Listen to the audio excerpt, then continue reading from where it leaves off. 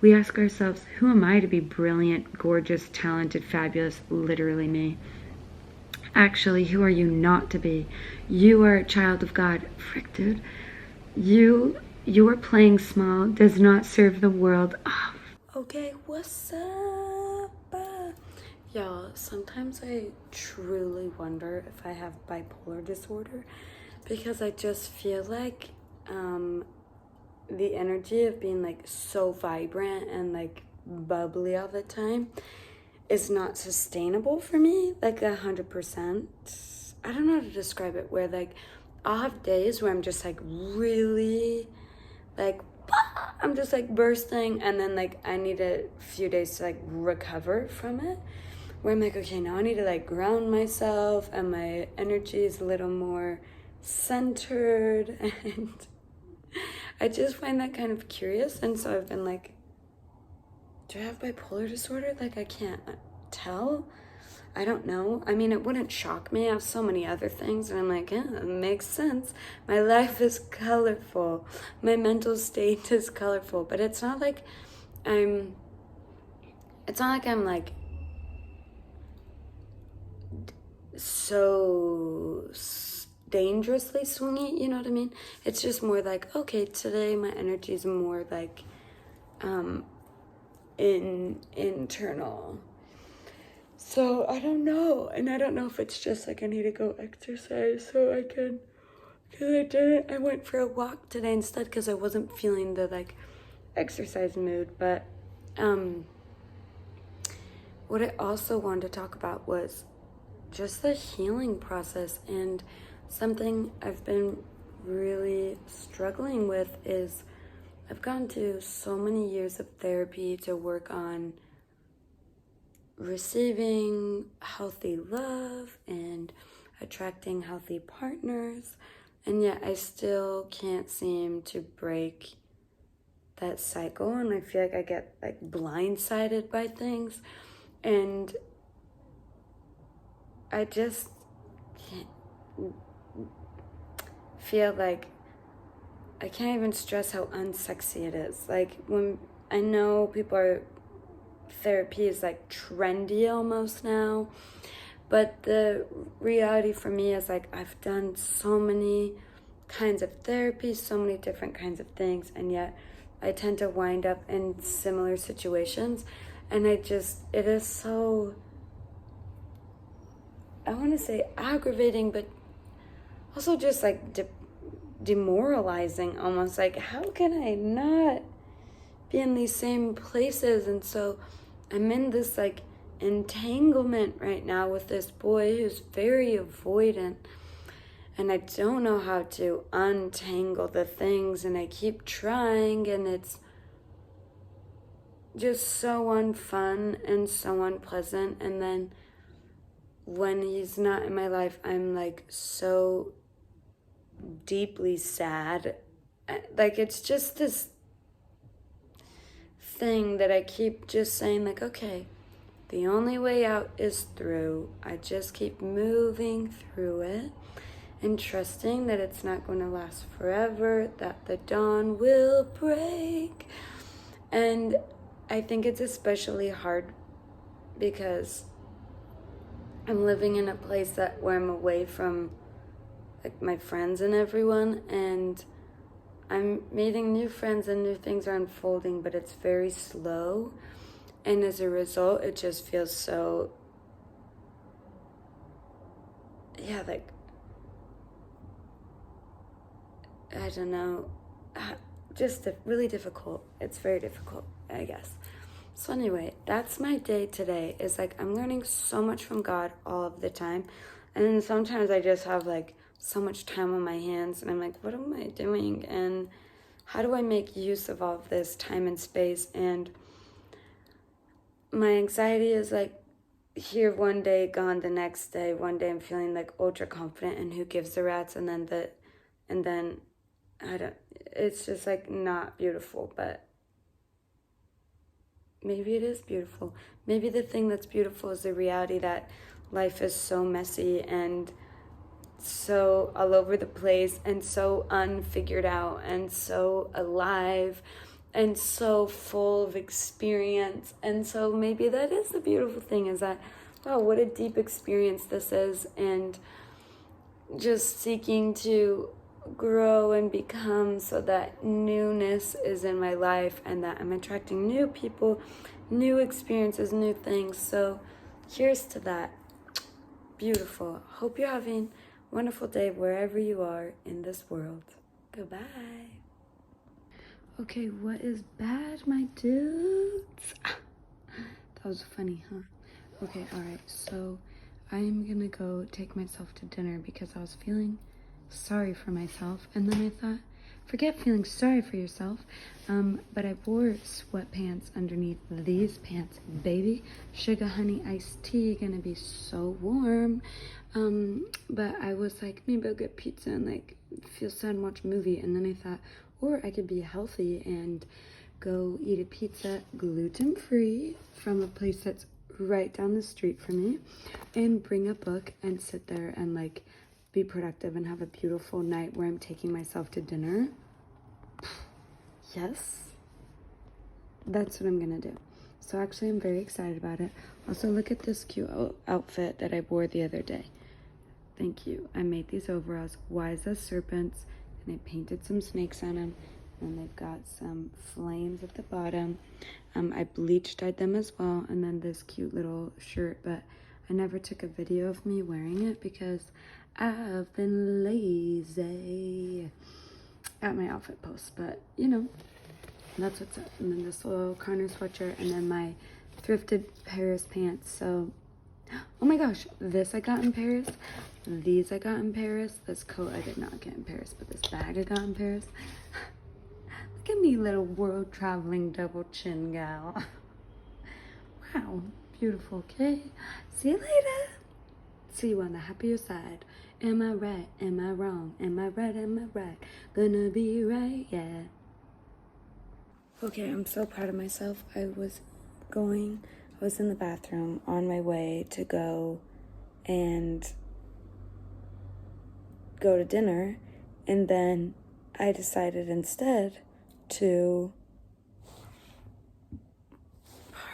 record this song, and I got on Logic Pro, and I've been trying to figure out how to do it, and I'm gonna play it for you. And it's the first song I've ever recorded for myself, and I'm adding layers and harmonies and things, and it's bad, but it's great at the same time. Like, I'm just so proud of myself. I've needed to do this for so long, and I see where I'm messing up, and I can go back in and fix it and make it better, but I just wanted to get like a thing, and I'm figuring out how to do this, and I'm sucky at it, but it's exciting. So let me show you what I got.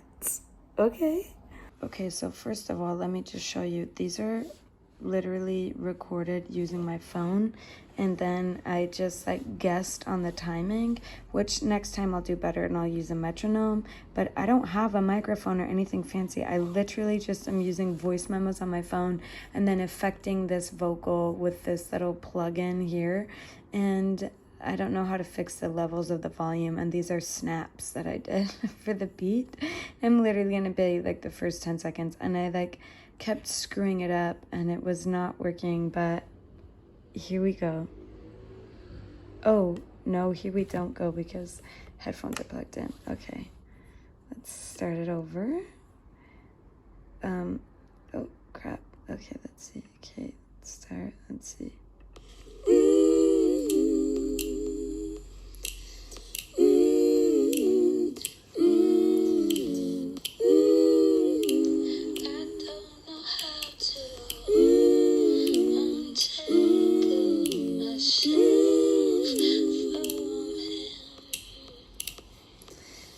Okay, that's how I'm gonna play it, but woohoo! Okay, so fun.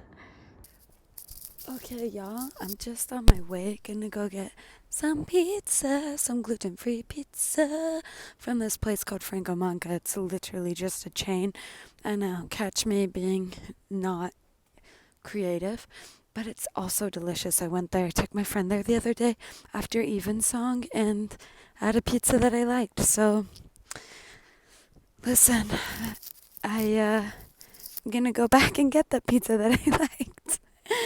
Um, but I just had a lesson with one of my students, and it just filled my heart up. And we were talking about, she wrote this phrase that was, why do we run to those who hurt us?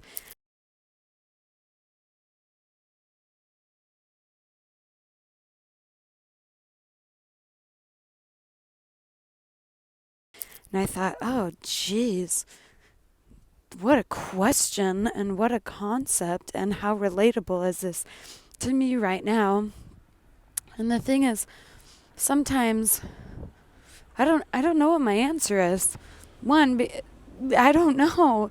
And is it because I'm overvaluing all these really beautiful things that somehow they're like so magical and so beautiful I don't find them with other people?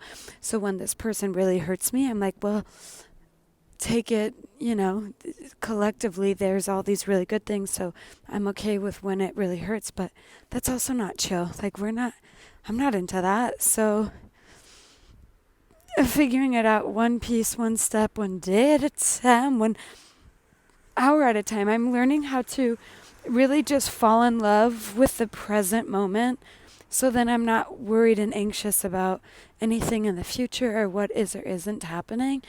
And all I have is what's happening right now in this moment, and I can choose joy and peace right now, today, in this very exact space and minute and hour, and fall in love with the romance of being alive and feeling the cold air on my hand as I'm holding the phone, or the weight of my bag on my shoulder as it's filled with books, or seeing people in this house over here having a party because they have friends. What? People in the window over there having dinner with people that they really love and they care about because they have community.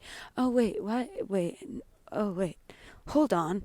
Anyway, no, I'm doing great. So that's something I've been really focusing on, is just learning how to love what is, and learning how to love the simple pleasures of life, which is what it's all about, really, right? Isn't it?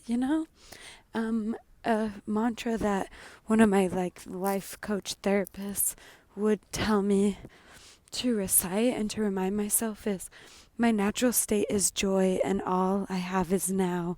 And to come back to my breath and to come back to that natural state of joy, because everything else is not true or doesn't need to be real. So there's that. So I'm off to Franco-Manca, and this is my, I showed you my song. I know. Aren't we so proud? I just have been so grateful, and it comes with pros and cons. So part of what's so lovely about this time I'm getting to spend in London is that because I don't have anything to do, or really places to be, or solid community and amazing friends and these things. There's people that I really love and appreciate here, but deep, meaningful community takes time, right? And as a result, I just have all of this extra time and this bandwidth. So I have been editing videos, and I have been, like today, on Logic Pro recording things because I had the time to do that. And not just the time to do that, but the emotional bandwidth to give to something new like that, where I don't feel pressured by any other deadlines or anything else or any other things that need to get taken care of and take precedence. The thing that's now taking precedence is just living in this existence of growth and learning and creation. And it feels so beautiful because Heavenly Father asked me to do that. I just felt really impressed that this beginning of this year needed to be all about figuring out online things and taking myself out of obscurity using the internet, and the gospel of Jesus Christ out of obscurity using the internet. And so it's fun to see how this is unfolding, and I just feel so guided in that it's layer by layer and layer, just a little bit of light and then a little bit of more light and then a little bit more light, and seeing how it all comes together beautifully. Okay, I'm about to connect people having an argument. So bye.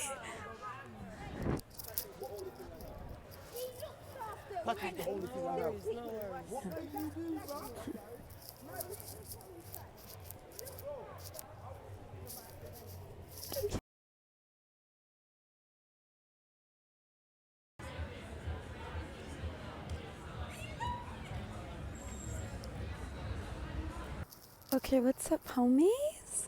Oh, I need to find. Okay. This is gonna be tricky. This is gonna be a difficult navigation. Okay, so. Oh. Oh boy. I'm on my walk home now. I'm currently holding a pizza box and some gluten-free cereal because I needed to get cash in order to pay a homie back for a taxi we took the other night to go to the temple.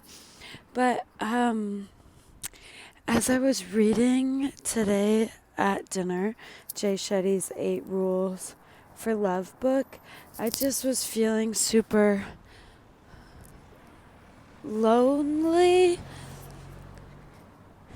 and in a way that just reminded me of when I used to live in New York City, and I felt the same way of just not knowing who my the deep true friends were, and I just had a feeling that the impression of Jen this time is a beautiful time to be isolating so I can continue to grow and expand and nourish that growth, which has been happening every day. I've been learning so much. But these people like Jay Shetty that I'm just like, wow, like I want to be his homie, or these other people, they're showing up online in really big ways and they're allowing themselves to be seen and they're making an impact on the world. And so how can I expect to have friends like that when I'm not doing the same thing? And that was just like a bit of a blow, but also a really good reality check. And then I walk out of the restaurant and people are spilling out onto the streets, which is so fun, just pub culture here. But it was another reminder that I just live in a different world. And I don't know how to. Yeah, like this idea of gathering Israel is so tricky. Let me say this. I'm really excited to see the ways that the Lord will provide miracles in connecting me with like-minded individuals as I choose to continually show up and allow myself to be seen. And I embrace that task, or I'm learning how to embrace that task. I'm also learning how to not bombard you with that street light. But yes, so that was the thing, is realizing like, okay, if I want to be finding these homies and these friends and these meaningful connections and these friendships where we spend our Saturday nights laughing but also like plotting on how to take over the world in light and love and truth, then I need to be showing up that way. So that's humbling and beautiful. And then, and also exciting. And then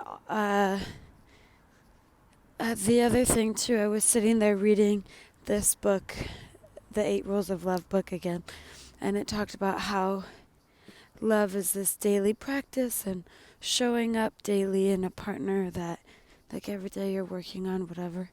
And I just started to tear up because the entanglement that I'm currently in is one where I feel like if I show up every day, then it's really overwhelming and it floods this person with like the flight trigger because he's really afraid of enmeshment and losing his personal sovereignty, and his last relationship was really beautiful until at the end. In his words, she was manipulative and whatever. I don't know, she could have been an amazing person, but I'm sure she is. But his trauma is such that he really values autonomy and self-sufficiency and being alone, and I really tend to attract those people, the lone wolves of the world. And I just sat at the table and cried because I just was like, I am just in the suckiest situation where I'm in a position where I feel like me wanting to engage with them daily is such a burden.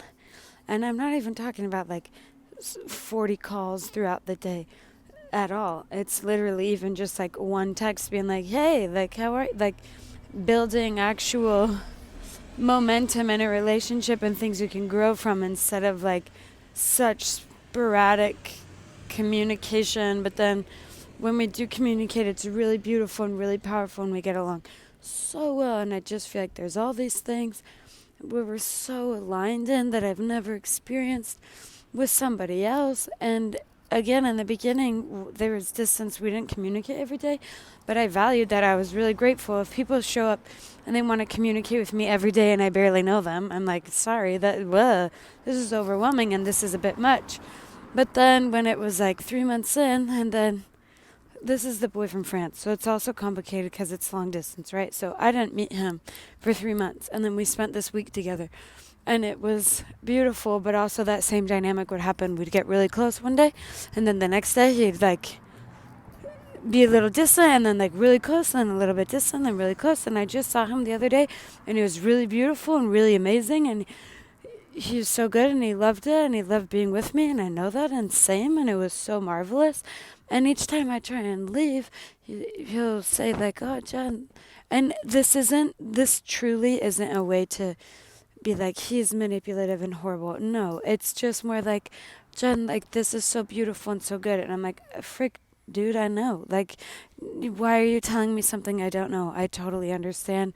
But then just the attachment styles, and I, like, didn't talk to him for a long time. I keep doing that and leaving, and then I miss him so bad, and certain things that I really value that he brought to my life and whatever. And I think the hardest thing for me is just like, I don't know how to meet people that I connect with.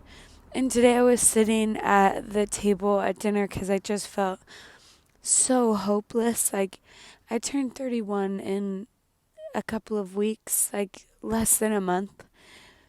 And not that age matters. I'm not afraid of getting older and like worrying that, oh my gosh, I'm getting older, time slipping away. But just more like, man, I didn't think I would turn 31 and still be going to so much therapy to try and find a partner that's healthy and situations that are beautiful and good and nourishing for me.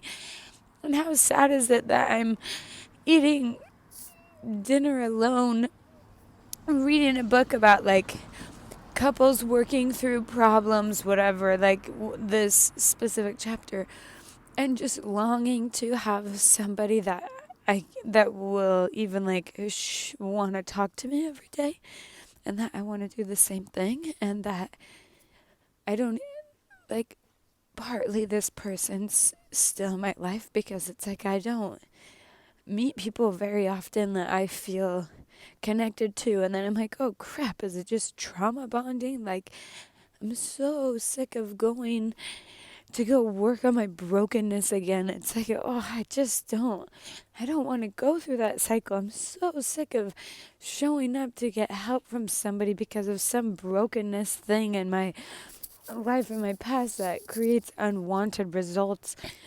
And so anyway, it's not that I'm not happy. I am, but this is also the reality of existing in life, is that it's complicated and it's nuanced. And it just really sucked today at the table where I was like, I don't even I don't even know where to go to find someone to like come take his place. Like, I'm not sure where to begin, other than the Lord keeps being like, Jen, you need to be on the internet, and I don't listen. So that's really what it is. So I've been focusing on that. I'm like, okay, the internet. All right, okay, we gotta do this. Like, okay, am I finally desperate enough? I guess. Also, my arm is tired from holding this. But yeah, I just know that my cute little spouse, whoever he is, wherever he is, I think will be like my business partner slash like manager, life collaborator, just to help me with like my, not to help me with like, to help me with my unique life mission and purpose, and that I'll meet him through the pursuit of this purpose somehow, like through my career. I felt like I'll meet him through music, and that he doesn't share my same church yet, but that upon learning about and feeling the Holy Ghost, it's transformative, and I know that, but also, again, it's not for everybody, but it will be for this young homie, and I say that so confidently, also being totally aware of how unlikely that is. I'm not oblivious to that, and also how rude it is of me to like expect anybody to like meet someone and be like, this is the guy. No, it's not that. It's just, also, let me rephrase. What's so exciting to me is to put it out there, like who I am and what my values are and what I'm seeking, what my standards are, and finding those who want the same thing. That's it. That's really all it is. And allowing people to make that choice if that's what they want, and if that's what they don't want. That's sort of up to me. That isn't making anybody be anything that they're not. Hello. But allowing people to be who they want to be, and I'm just giving them the option, and then they get to make that choice. So anyway, I'm going to go home, eat some of this gluten-free chocolate stars cereal because I had to get cash and needed to exchange something, and I'm just learning how to take better care of my body, and I'll eat it with some fruit, and it's sugary, but it's, I think, a better late night snack than ice cream maybe, and I just want a little like crunchy texture tonight. That just sounds so good to me. Also, did I pass my street? I may have passed my road because I was just too busy talking to you. Okay, well, we're going to go this way, and then we're going to turn down the street. But this was my night and my day and my life, and welcome to the messiness of it all. It's so lovely, and so lovely that you're here. And here's to growth, and here's to becoming, and here's to putting ourselves in situations that allow us to grow. And that was my goal in coming here, was just feeling like if I remain in the same environment that I have been existing in, I will start to decay, because I just was craving being in a new place, and I was so horrified that it would be like my old experience in New York that was really isolating and really full of so much stress and heartache and whatever. And so today I got like mildly stressed that it was going to be that again, but I just calmed myself down and reminded myself that I'm a new person, and it is a new time, and it is a new day, and it's a new year, and I've learned a lot since then. Anyway, okay, great. I don't know where I am, so I'm going to go orient myself. And I'll talk to you later. See you.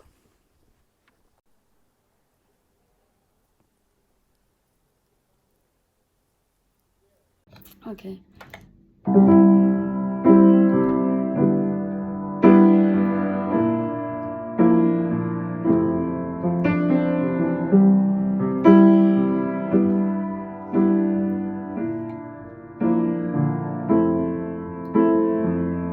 Last night I cried in my bathtub, 'cause I am so tired of feeling like all the years of therapy haven't gotten me where I want.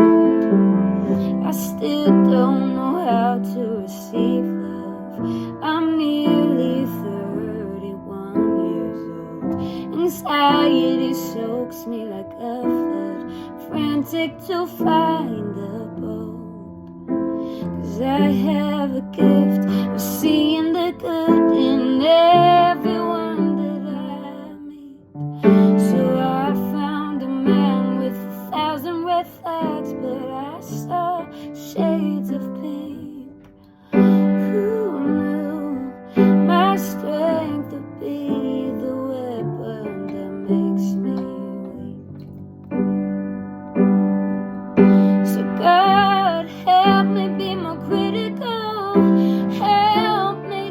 be so kind. I guess, God, I'm asking, help me to be blind. Help me be more critical. God, help me not be so kind. I guess for the first time in my life I'm asking, make me blind.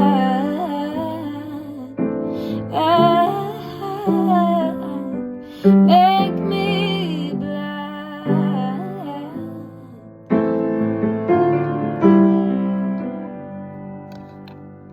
Okay, hello my angels, my little hoodlums, my people. Oh, here's my sweats. And my coat. Okay, so we're gonna do a quick little recap. So, no we're not. I'm not gonna do recap. You just barely saw the things. Now it is the next day and I just got done with a conversation with my brother as I was eating. So I forgot to put my grills back on. I have to take them off when I eat. I am so grateful for my brother for a lot of reasons, and it is because he helps me gain clarity and insight. He's such an amazing listener. He has so many different spiritual gifts, and one of them is just being an incredible listener and allowing people, me included, the space to arrive at the truth that we need and to listen with truth and not just to, you know, pat us on the head, but he'll call me out on crap and help me live better, and I'm really grateful for that.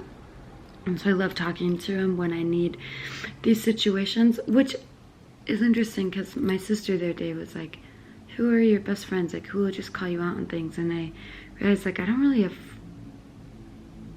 friends that do that, but I go to my siblings for that, or my parents when I need them to help me align back in with truth. And friends will do that as well, but it's not the relationship I have with my friends. But that's maybe not the case, because entirely I was reading a book, the Faith, Hope, and Carnage book from Nick Cave, and he just says some lines that are so profound and have lasted with me, such as religion is spirituality with vigor, and how he wanted to make it clear that he's a religious man, not just spiritual, because he feels like spirituality is kind of this like amorphous feel-good thing, but religion is really being dedicated to your spiritual practice in a way that there's vigor to it, and constraints and rules and more discipline. And I really loved that, because that's how I feel, at least with my spiritual practice, is that my religion allows me to really, it asks more from me, it requires more from me, and it's not just a selfish thing, it's this communal sacrificing thing, and this disciplined practice. And I think that's really beautiful. And then another thing he talked about is that conversation is really good at, I feel like we need to get the line. I'm going to get the line. I'm going to go find the book and I'm going to get the line because it's too good. Okay, so I found it. This is the paragraph. It certainly seems to me from some of the conversations we had before we embarked on this book that you may actually be shedding what's left of your skepticism and edging closer to God. So the beginning of this book is kind of this discovery of what Nick Cave feels about God and religion and believing in the unseen. And he said, he replied to the interviewer by saying, maybe, you know, it's good for me to talk about these things because, as I say, I don't really tend to do that. Sometimes you need to say out loud what you think, or talk to someone else about the ideas you hold, just in order to see if they are valid. It helps clarify things for me to be challenged on my beliefs. This is the essential value of conversation, that it can serve as a kind of corrective. And so I really love that I find this to be the case in conversation. I love saying like, oh, I'm learning this thing, and often I'll be discussing with someone and they can add greater clarity to me, or help me shift a little bit and be in greater alignment with the truth. And so so those are the kinds of friends that I have too, is that we can have these kinds of conversations that help me really attune to what's true. And that's really cool. I also don't know how to focus this entirely, because I'm aware that I'm out of focus and I move a lot, so it's going to be out of focus. Anyway, so my brother, I wanted to read some of the things that we learned, because as you know, one of the big things in my life right now is getting over this beautiful boy that I'm just so emotionally enmeshed in, and realizing that the only way out is through, but also it's through transforming myself so I'm a new person that no longer wants these old things. And not that I'm changing myself to morph into who I'm not. It's more, what I have found is if I'm ever seeing results that I'm not loving, is I'm not in alignment with who I truly am. And that as I'm growing to be more in alignment with who I really am and showing up more powerfully in who I am, then these old things no longer fit in with the reality of who I am, and I reject them because they aren't me, if that makes sense, if I explain that well. And so that's what I found. If I ever want to have a different reality, then that means there's something I believe about myself that is keeping me from experiencing that. So I want to talk to my brother today to get clarity and gain clarity on how maybe I'm not seeing myself correctly, and how I'm playing small because I don't understand who I am, and that I was okay with this boy because I didn't believe that there could be better, that I deserve better. And we were talking about the interesting thing where women will often apply for jobs where they are overqualified in, and that's the only time we feel comfortable applying for the job, whereas men will apply confidently for jobs they're underqualified in and get the job. And I feel that very much in my life right now, that I feel so underqualified for things, and so I don't want to show up. I'm not showing up fully because I don't believe in myself and these things. And my brother just reminded me that the Lord qualifies those whom he calls. He doesn't call those who are already qualified. Whom the Lord calls, he qualifies. And that was speaking peace to my soul, because the Lord is just asking me to show up, and I just keep not showing up because I'm so frightened to do that. And partly I have like PTSD from American Idol and people saying really cruel things to me, and I just don't want to be in that arena. I really love my life. I don't need the validation from people. I'm so worried about being publicly criticized because I'm publicly putting myself out there. It's not something that I really want to be doing. I keep not doing it because I'm so disinterested in that, and disinterested in having this public life. Like, that doesn't intrigue me at all, honestly, but showing up empowered does intrigue me, and like showing up in the ways that the Lord needs me to show up is what I am seeking to do. It just is so frightening. So a note from the other day is, you are unique in delivering what you have. Never compare yourself. I think that was at Institute. Someone was saying that, especially in art, like we're analyzing different art and what it means to us, and being close to, like, drawing closer to God through art. And that was the comment that was made, was, why are we comparing our art to anyone else's art? Because only I can show up as myself, and I'm unique in that. And to rob myself of joy through comparison, or rob other people the experience of me because I'm not wanting to show up. Oh, okay. So then, or not wanting to show up as myself. Then there are people that really inspire me: Matthew Hussey, Jay Shetty.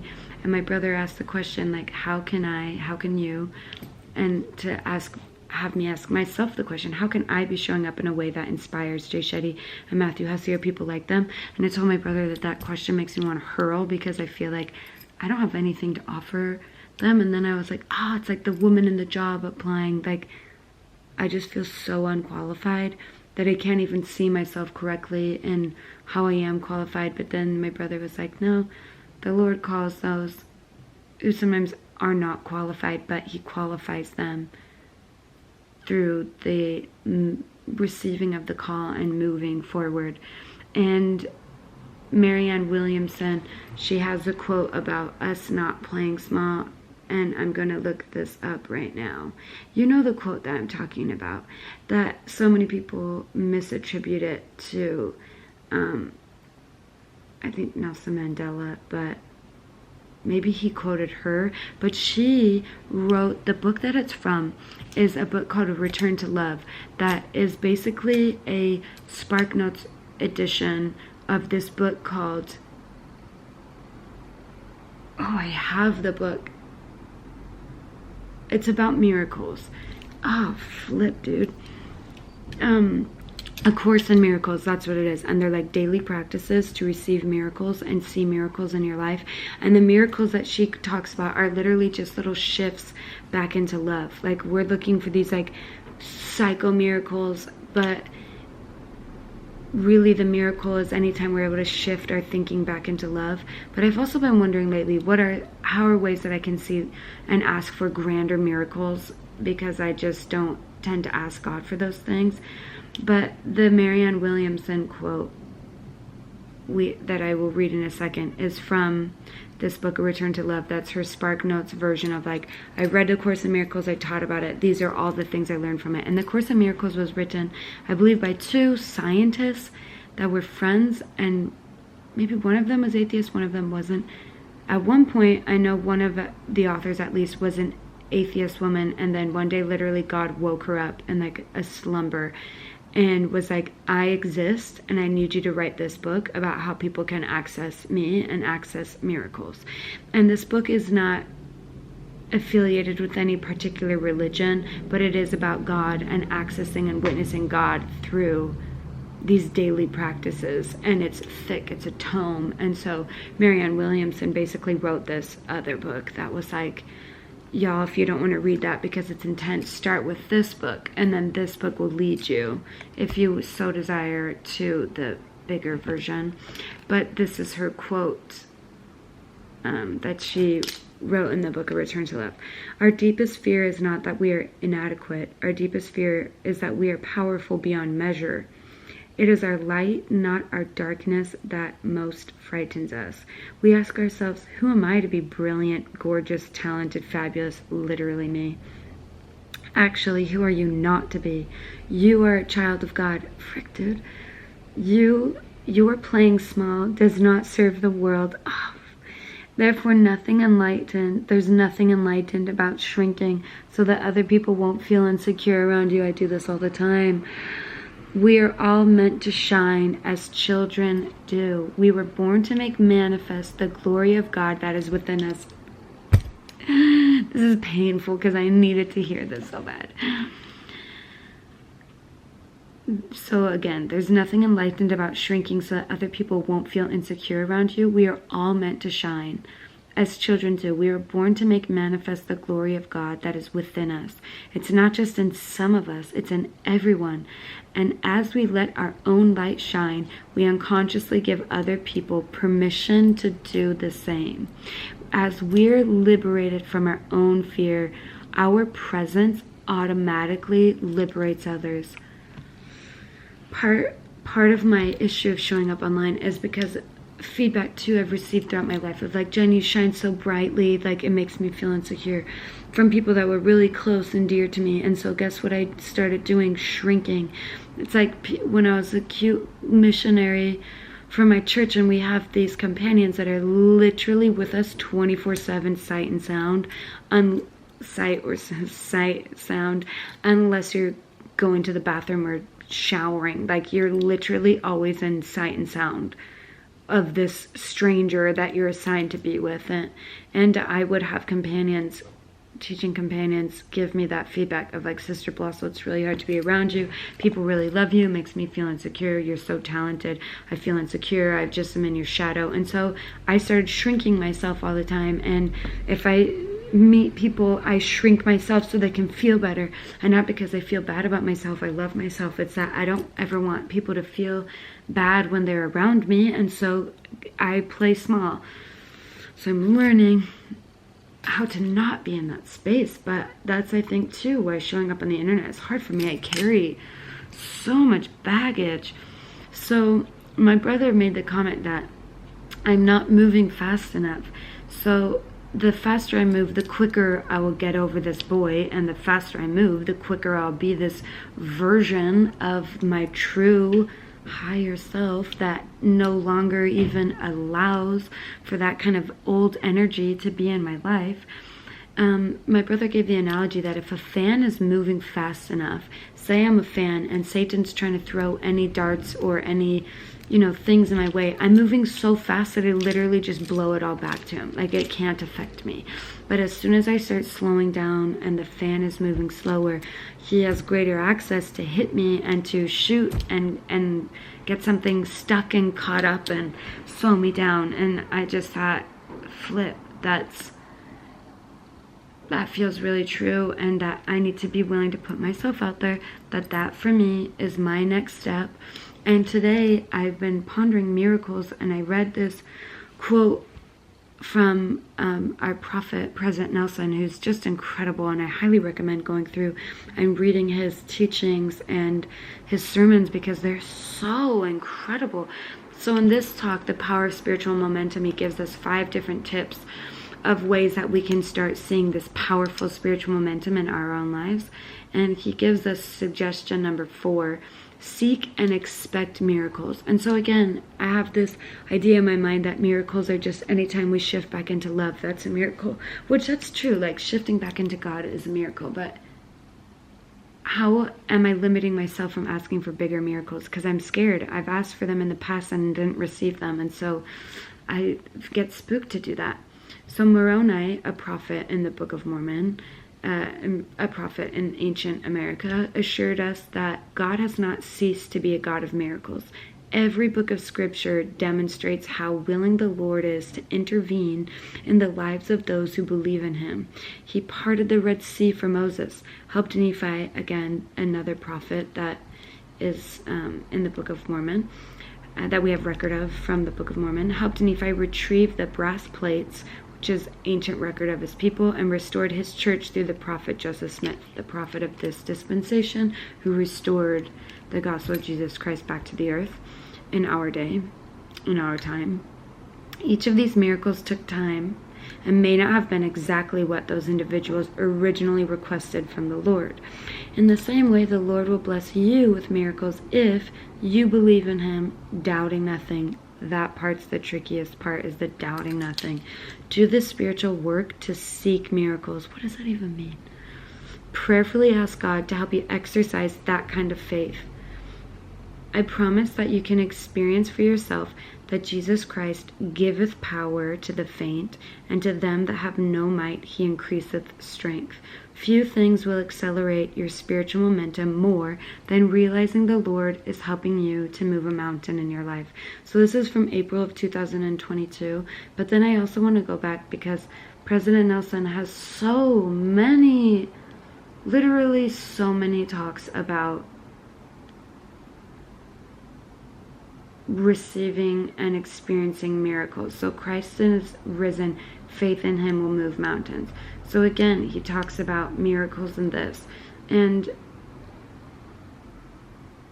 okay, first study. So again, he gives tips on how to move mountains in our life and see miracles. So tip number 1, become an engaged learner. Immerse yourself in the scriptures to understand better Christ's mission and ministry. Know the doctrine of Christ so that you understand its power for your life. Internalize the truth that the atonement of Jesus Christ applies to you. He took upon himself your misery, your mistakes, your weakness. Let me say this. He took upon himself my misery, my mistakes, my weakness, and my sins. He paid the compensatory price and provided the power for me and you, for us to move every mountain we will ever face. We obtain that power with our faith, trust, and willingness to follow him. Moving mountains may require a miracle. Learn about miracles. Miracles come according to your faith in the Lord. Central to that faith is trusting his will and timetable. How and when he will bless you with the miraculous help you desire. Only your unbelief only your unbelief will keep God from blessing you with the miracles to move the mountains in your life. There's more about miracles in so many of the sermons. But anyway, that was that with me bawling my eyes out yesterday and just feeling so hopeless. So grateful that God will bring angels into our lives to help us tune back into truth. And for me to realize, like, okay, really putting myself out there on the internet. And whether that be, like, I felt like, okay, he's gonna know, because you already know, Gathering Israel is my #1 love, but also my other #1 love is a boy that's out there somewhere in the world, and I just want to find him. I'm getting restless. But also knowing that I'm going to be the same person when I meet him anyway, and so it's not like my happiness is really going to just skyrocket, but I feel anxious to start this next chapter of my life with a person to like really grow together, and I'm excited about that. And so I just feel also that I'm sick of being in this heartbreak limbo land that blows, and I want to experience the healing from moving past the broken heartedness. So anyway, yeah, what I meant to say was I don't know if he will know who I am because of these videos or me showing up on the internet, but more that my energy will continue to shift and grow, and my confidence will increase as I'm allowing myself to put myself out there on the internet and be more confident as an individual in turn, and by doing so. And I've just been thinking so much that it's confidence that makes us sexy. Like, it isn't just that my values make me sexy, but it's my confidence in the values that I have that are so attractive and make somebody so hot, right? When they just show up and they're like, this is who I am. There's something so beautiful and powerful about that. And I learned that too being in France when a boy was like, when I was like, oh yeah, like it'd be hard to live in Paris because I can't eat bread. I have this like disease that makes it so it's really bad and hard on my body and in my brain. And I was just expecting him to be like, oh yeah, like you can't live here, like that would be so hard, like the French love their bread, how would you expect to be able to live here? And his answer was like, so just do your thing, like why does it matter? And I was like, okay, thank you, beautiful boy, for giving me permission to be able to show up fully as myself and not be so apologetic all the time. What the? So really grateful for that boy, and he's incredible. I may never see him again in my life, but that one interaction is not so beautiful. We meet people and I'm like, I may never encounter him again ever in my life, but that one interaction I had with him changed me, so I'm so grateful for that. Anyway, I hope you're having such a marvelous time, marvelous life. Thank you for watching this video, and see you in the future. Bye.